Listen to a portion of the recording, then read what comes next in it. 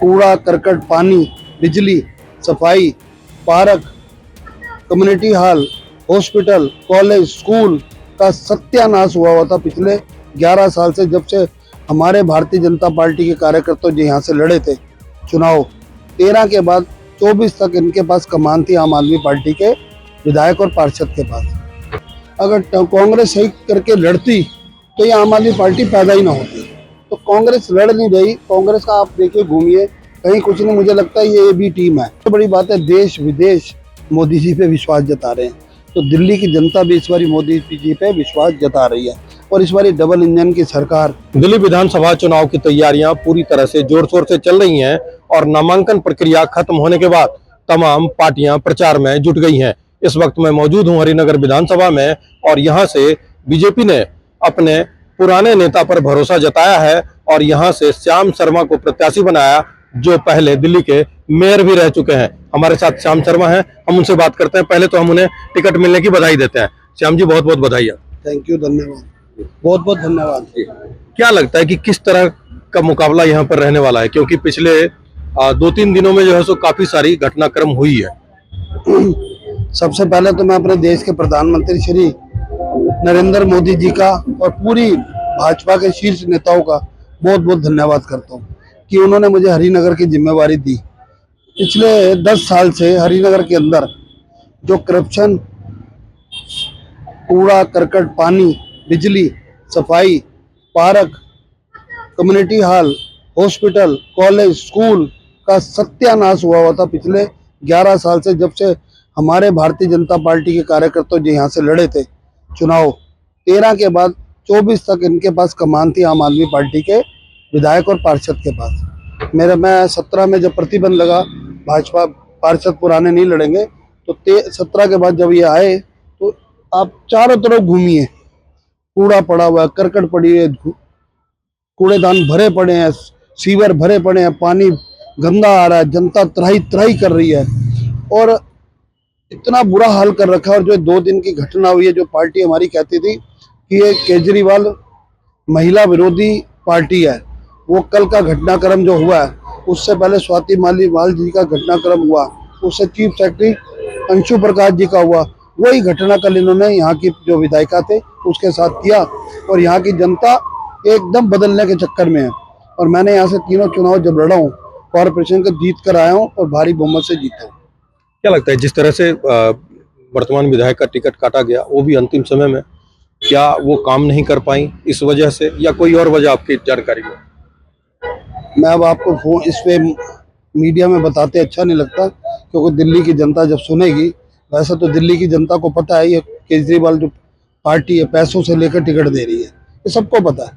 इनकी टिकटें बिक रही हैं और टिकटें इस तरीके से बिक रही हैं कि वो अपनी पार्टी के जो लोग हैं वो एक दूसरे को काट रहे हैं।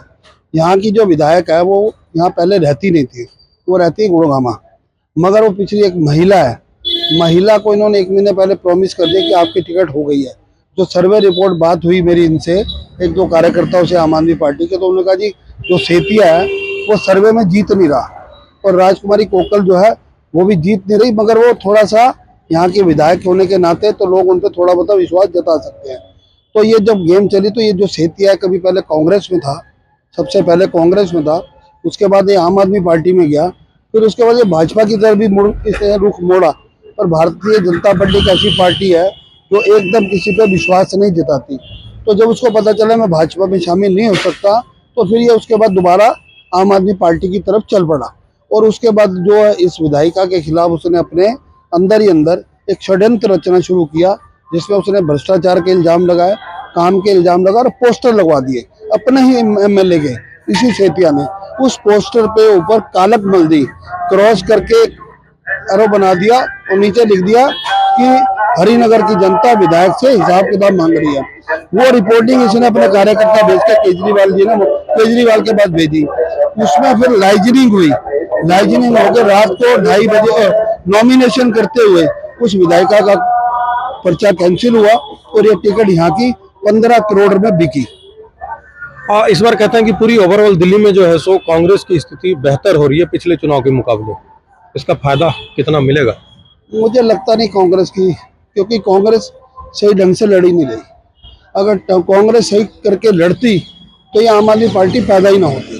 तो कांग्रेस लड़ नहीं रही। कांग्रेस का आप देखिए, घूमिए, कहीं कुछ नहीं। मुझे लगता है ये बी टीम है, और ए बी टीम का मतलब यह है कि इन्होंने बस जो वोट कांग्रेस की है वो मिल जाए, इधर से उधर इनकी मिल जाए।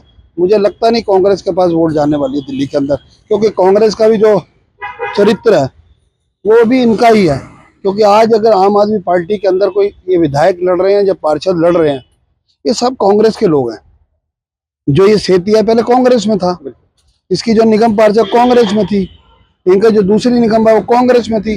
तो कांग्रेस के ही इधर से उधर हो रहे हैं, और कांग्रेस के लोग आम आदमी में लड़ रहे हैं, आम आदमी के पार्टी के लोग कांग्रेस में लड़ रहे हैं। एक आखिरी सवाल आपसे ये कि इस बार हरिनगर विधानसभा के साथ साथ पूरी दिल्ली में बीजेपी की स्थिति पर क्या देखते हैं? देखो मित्रों, जो मैं माहौल देख रहा हूँ, जो हमारे देश के प्रधानमंत्री, यशस्वी प्रधानमंत्री श्री नरेंद्र मोदी जी पे सब दुनिया विश्वास जता रही है। सबसे बड़ी बात है, देश विदेश मोदी जी पे विश्वास जता रहे हैं। तो दिल्ली की जनता भी इस बारी मोदी जी पे विश्वास जता रही है, और इस बारी डबल इंजन की सरकार दिल्ली में आने वाली है। मोदी जी के नेतृत्व पे, अपने जो हमारे गृह मंत्री अमित शाह जी के नेतृत्व में, हमारे राष्ट्रीय अध्यक्ष जेपी नड्डा जी की अध्यक्षता में और अमरिंदर सिंह जी की अध्यक्षता में पूरी भाजपा एक मुश्त होकर और दिल्ली की जनता मिलकर इस करप्ट भ्रष्ट सरकार को, झूठे निकम्मे वादे करने वाली सरकार, जमानतों पर छूटे हुए लोग सीटें अपनी बदल रहे हैं, पार्टियां छोड़ रहे हैं, भगदड़ मची हुई इनके यहाँ। तो ये सारी जनता देख रही है दिल्ली की। और जो पिछले 1-2 साल के अंदर दिल्ली में तांडव हुआ है, शराब नीति जो हुई है, जो स्कैम हुए हैं, बड़े बड़े स्कैम हुए हैं, उसको देखते हुए दिल्ली की जनता इस बारी बदल रही है। और वही बात होगी जो 2020 में हुई थी।